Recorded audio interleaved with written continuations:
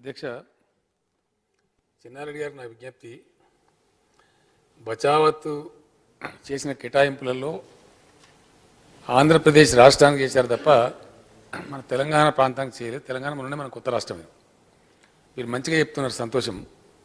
కానీ ఒక చిన్న సవరణ చేసే అక్కర ఉంది. ఎందుకంటే మీరు ప్రధాన ప్రతిపక్షం నుంచి మాట్లాడుతున్నారు కాబట్టి మన శాసనసభలోనే అది రికార్డు కావడం నాకు ఇష్టం లేదు. బచావత్ గోదావరి కృష్ణాలో రాష్ట్రానికి ఆనాటి ఆంధ్రప్రదేశ్ రాష్ట్రానికి చేసిన కేటాయింపుల నుంచి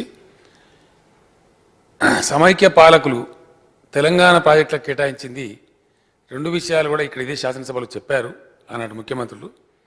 కృష్ణానదిలో మనకు కేటాయించింది 368 టీఎంసీలు. ఇప్పుడు ఉప ముఖ్యమంత్రి ఉన్న కడియం సిఆర్ గారు అప్పుడు తెలుగుదేశం పార్టీలో ఉండి ఇరిగేషన్ మినిస్టర్ ఉండి ఇదే శాసనసభలో చెప్పినారు అధ్యక్ష. అప్పుడు చిన్నారెడ్డి గారు కూడా సభలో ఉన్నారు నాతో పాటు. అది కొద్దిగా కరెక్ట్ చేస్తే మంచిది దయచేసి. తర్వాత ఇక్కడ ఆన్ రికార్డు పోతుంది కాబట్టి అది మన రాష్ట్రానికి మంచిది కాదు కాబట్టి. రెండవ పాయింట్ ఏంటంటే గోదావరిలో తమరు 700 టీఎంసీలు అని చెప్పారు. కానీ సమైక్య పాలకులు మనకు చేసినటువంటి కేటాయింపులు ప్రాజెక్టుల వారికి కూడా వివరాలని నేను ఎట్లాగో సభకు తీసుకొని రాబోతా ఉన్న మెటీరియల్ అది 950 టీఎంసీలు ఉంది అధ్యక్ష.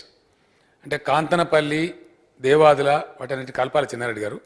అవి కొత్తవి ఈ మధ్య చేరినటువంటి ప్రాణహిత చేవెళ్ళ వాటన్నిటిని కలిపినప్పుడు మన నిజాం సాగరు, ఎస్ఆర్ఎస్పి, మన సింగూరు ఇవన్నీ పోను మన మైనర్ ఇరిగేషన్ కలిపినప్పుడు ఏంటంటే అక్కడ కృష్ణాలో మనకు సమైక్య పాలకులు కేటాయించి ఆన్ రికార్డ్ శాసనసభాపూర్వకంగా చెప్పింది 368 టీఎంసీ. అక్కడ గోదావరిలోనేమో 950 టీఎంసీ మనకు చెప్పినారు. This I wanted to just set right Chinna Reddy గారు.